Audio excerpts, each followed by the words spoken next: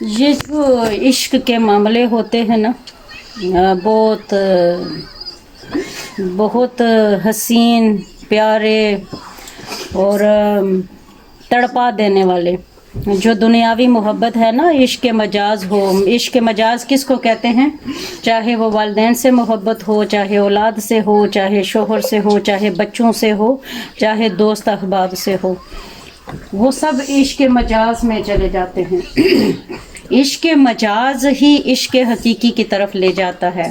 مثال کے طور پر جب ایک عورت ماں بنتی ہے تو جب بچہ اس کا پیدا ہوتا ہے، اس کو احساس ہوتا ہے اپنی ماں کی محبت کا، کہ میرے بچہ میرے سامنے ہے، مجھے کتنی تسکین دیتا ہے، خوش کرتا ہے. تو یہی خوشی میری پیدائش پہ میری ماں کو بھی ہوئی ہوگی. اب بچہ تنگ کرتا ہے تو احساس ہوتا ہے کہ ہم نے بھی اپنی ماں کو شاید ایسے ہی اذیتیں دی ہوں گی بچپن میں، روتے پیٹتے ہوئے ہوں گے، تو ماں نے کیسے سنبھالا ہوگا، آج ہمیں کتنا مشکل ہو رہا ہے سنبھالنا. اور پھر یہ کہ جب بچہ بہت بیمار ہوتا ہے، اس وقت ماں کی یاد آتی ہے کہ ہم بھی بیمار ہوئے ہوں گے، ہماری وجہ سے ہماری ماں تڑپی ہوئی ہوگی. تو کیا ہوا، ایک عشق مجاز دوسرے عشق مجاز کی طرف لے جاتا ہے.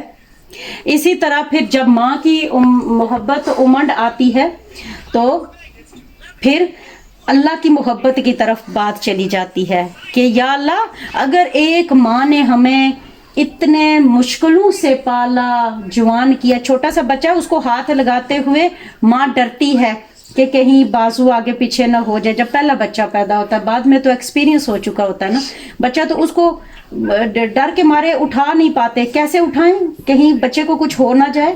وہ ڈرتی ہے ماں اٹھاتے ہوئے کہ میرے بچے کو تکلیف میرے اٹھانے سے بھی نہ ہو.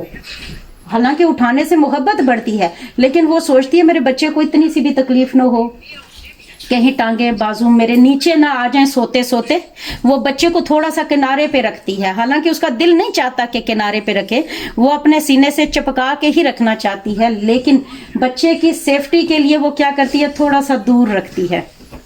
پھر یہاں سے ابھی خیال مجھے آ گیا، بات کہہ رہی ہوں نا، بات سے بات نکلتی ہے، کون نکالتا ہے؟ اللہ تعالیٰ ڈالتا ہے. ابھی خیال آیا مجھے کہ وہ ماں بچے کو دور رکھتی ہے. اس سے یہ یاد آیا کہ اللہ اپنی محبت ظاہری طور پہ نچھاور کرنے سے تھوڑا سا دوری ہمیں رکھتا ہے.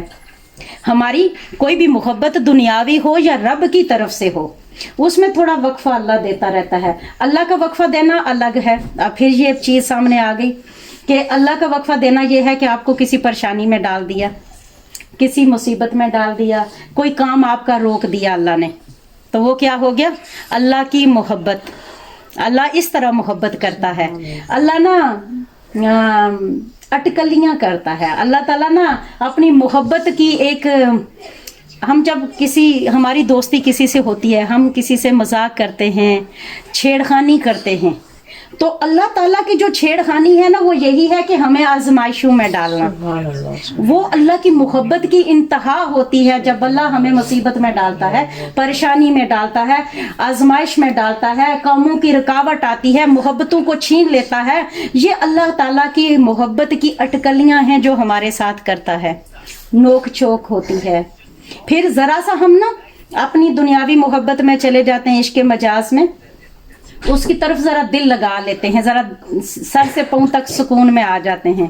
اللہ تعالیٰ پھر چھیڑخانی کرتا ہے کہ اچھا میری محبت کیا کم پڑ گئی تھی کہ انسانوں کی طرف چل پڑی ہو یا چل پڑے ہو؟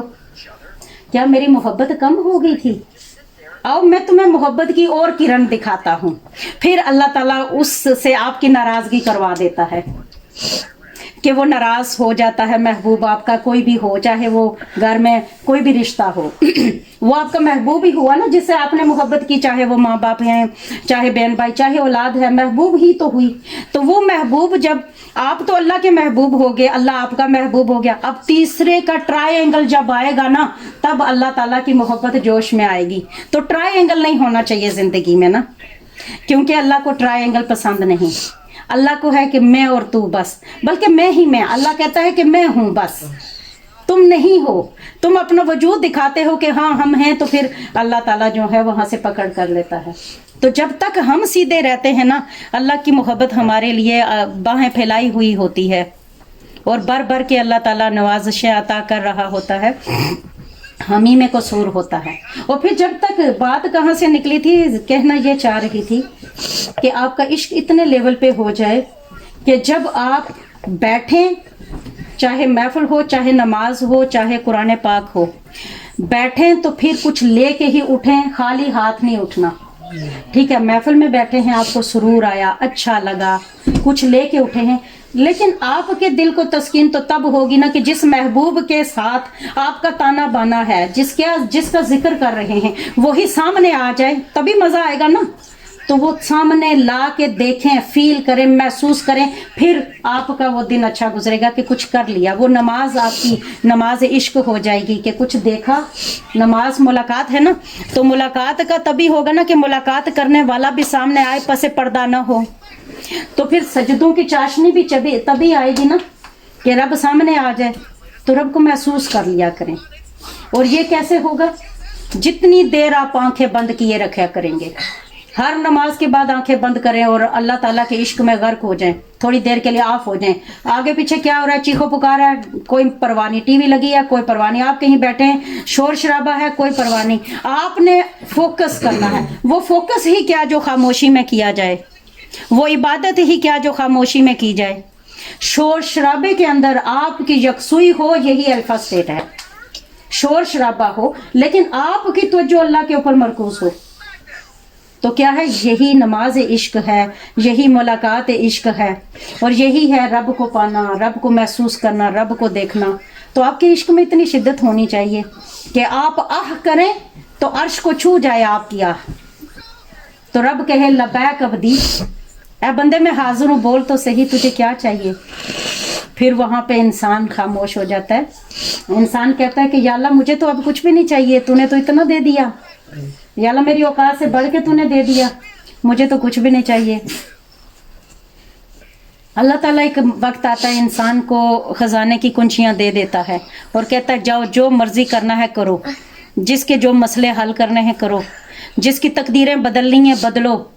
لیکن وہ ٹائم ایسا ہوتا ہے کہ انسان اس سٹیج پہ پہنچ چکا ہوتا ہے جہاں اس کے سامنے سب کچھ آشکار ہو چکا ہوتا ہے, دیکھ چکا ہوتا ہے کہ کیا میں کروں یا نہ کروں. اس کو پتہ لگ جاتا ہے کہ مجھے کچھ بھی نہیں کرنا ہے. اب پہلے جوش جذبہ ہوتا ہے, میں یہ کسی کا کام کر دوں, میں وہ کسی کا کام کر دوں, میں یوں کروں, تو بندے کو ہوتا ہے یا اللہ مجھے پاور دے, سارے لوگوں کے مسئلے مسائل میں حل کر دوں. ایسا ہوتا ہے نا. پھر کیا ہوتا ہے, جب پاور اللہ دیتا ہے اس ٹائم تک, اس وقت ہی اللہ دیتا ہے جب آپ کو سمجھ بوجھ دے دیتا ہے. تو پھر جب سمجھ بوجھ آ گئی تو پھر اللہ کے دی ہوئی خزانے کی چابیاں انسان اللہ کو واپس کر دیتا ہے. یا اللہ یہ تیرے کام ہے, میرے کام نہیں ہے. یا اللہ تو رب ہے, یہ تیرے کام تھے, میں تو خطا کار سا انسان تھا. یا اللہ بھول کے وہ مانگ بیٹھا کہ مجھے عطا کر, تو یا اللہ مجھے تیرے علاوہ کچھ بھی نہیں چاہیے, بس تو ہی میرا رہے, یہی میرے لیے کافی ہے اور یہی میرے لیے سب کچھ ہے. پھر وہ انسان کی مقدر بدلنے نہیں لگتا. کیوں؟ اس کو پتہ چل جاتا ہے کہ اسی حالت میں یہ بندہ رہے گا تو یہ جنتی ہو جائے گا. اب پھر کون پاگل ہے جو اس کی جنت کو دوزخ میں تبدیل کرے گا؟ مقدر تقدیریں پتہ چل جاتی ہیں کہ اس بندے کو اگر میں نے اس مصیبت سے نکال دیا, اس پریشانی سے نکال دیا, تو یہ تو جہنم میں چلا جائے گا, اور اگر اسی پریشانی میں رہے گا تو یہ جنت میں چلا جائے گا.